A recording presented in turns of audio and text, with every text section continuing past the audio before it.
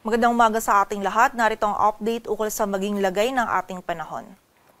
Kaninang alas 3, yung low pressure area na minomonitor natin sa loob ng ating area of responsibility ay huling namataan sa laing 275 kilometers kanluran ng Coron, Palawan. Nananatili pong mababa yung tsansa nito na maging bagyo at nakita din po natin na yung movement nito ay pakanluran or palayo dito sa ating kalupaan. But for today, magdudulot pa rin po ito ng mga pag-ulan dito sa area ng Kalayaan Islands. Kaya patuloy pa rin pag-iingat para sa ating mga kababayan dyan. And ito pong LPA na ito ay nakapaloob din sa Intertropical Convergence Zone or ITCZ na nakakaapekto pa rin sa Southern Luzon, Visayas at Mindanao. Kung saan kung ikukumpara po ng mga nakaraang araw, less na po yung mga pag-ulan na mararanasan natin na dulot ng ITCZ dito sa malaking bahagi ng Southern Luzon, Visayas at Mindanao. Ngunit meron pa rin pong posibilidad ng mga isolated na mga pag-ulan, pagkidlat at pagkulog. Kaya naman pag-iingat pa rin para sa ating mga kababayan sa posibilidad ng mga pagbaha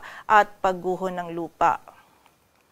Samantala, yung northeast monsoon o amihan naman ay nakakaapekto pa rin sa extreme northern Luzon at magdadala pa rin po ito ng mga may hinang pag-ulan or pag-ambon sa area ng Batanes. And bukod po dito sa mga weather systems na ito, yung low pressure area na minomonitor natin sa labas ng ating area of responsibility, kaninang alas 2 ng umaga ay isa na pong ganap na tropical depression. Huli itong namataan sa layong 1,430 kilometers silangan ng northeast Eastern Mindanao. Taglay po nito yung lakas ng hangin na 45 kilometers per hour malapit sa sentro at bugso ng hangin na umaabot sa 55 kilometers per hour. Ito po'y kumikilos pakanluran sa bilis na 15 kilometers per hour and sa kasalukuyan po ay wala pa itong epekto sa anumang bahagi ng ating bansa. So for today po at bukas or ngayong undas, ina-expect po natin most of the country makakaranas pa rin po ng less na mga pag-ulan, maliban na lamang nga po dun sa mga isolated na mga pag-ulan, pagkilat at pagkulog. Kaya po pag-iingat pa rin and kapag tayo ay lalabas, huwag pa rin po natin kalilimutan yung pananggalang po natin dito sa mga pag-ulan nito. But expect po natin by Monday kung saan po yung mga kababayan natin ay nagsisibalikan na from mga probinsya or galing po from this long weekend. Expect po natin malaking bahagi po ng ating bansa ay makakaranas po ng maulan hanggang sa masungit po na panahon, lalong-lalo na dito sa may Southern Luzon, Visayas at Mindanao. Dulot po nitong approaching na bagyo and also sa malaking bahagi din po ng Luzon na posibleng dulot ng trough or extension nito at ng shear line. Kaya naman po paghahanda para sa ating mga kababayan.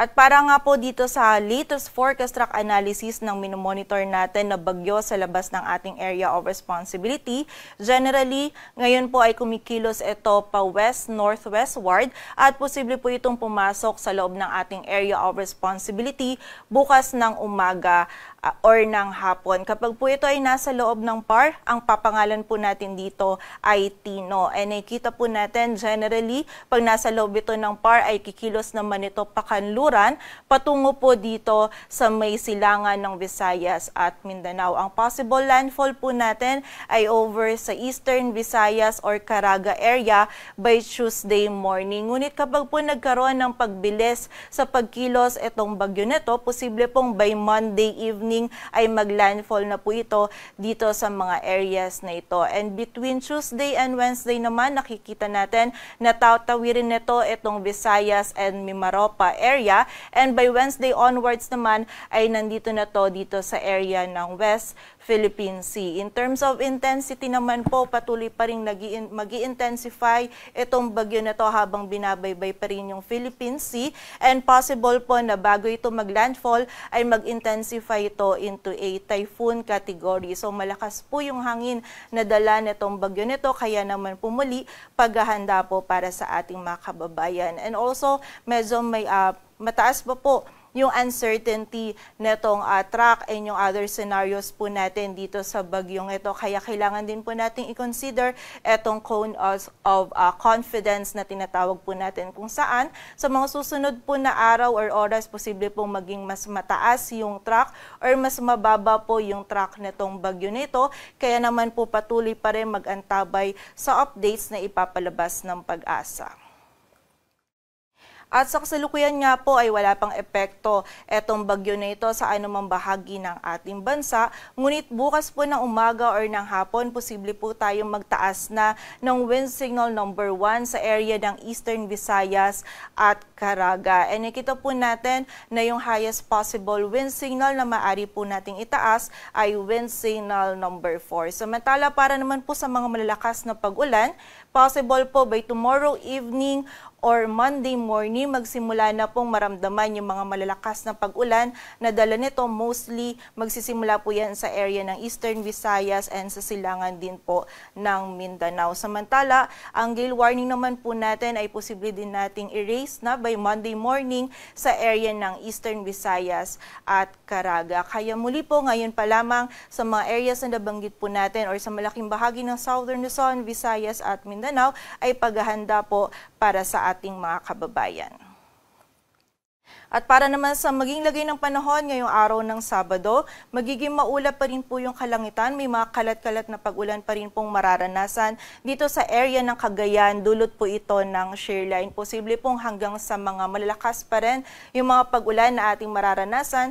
Kaya naman pag-iingat para sa ating mga kababayan dyan. Samantala, for the area naman ng Bicol Region at Mimaropa, may mga isolated pa rin pong mararanasan na pag-ulan dulot ng easterlies. And dito naman sa Metro Manila, dulot ng ITCZ. And dito naman po sa Metro Manila and sa nalalabing bahagi po ng Luzon, magiging bahagyang maulap hanggang sa maulap din po yung ating kalangitan. Posible pa rin yung mga biglaan at mga panandaliang pag-ulan, pagkilat at pagkulog dulot po ng mga localized thunderstorms. Kaya kapag tayo ay lalabas, huwag pa rin natin kalilimutan yung mga pananggalang natin dito sa mga pag-ulan na ito.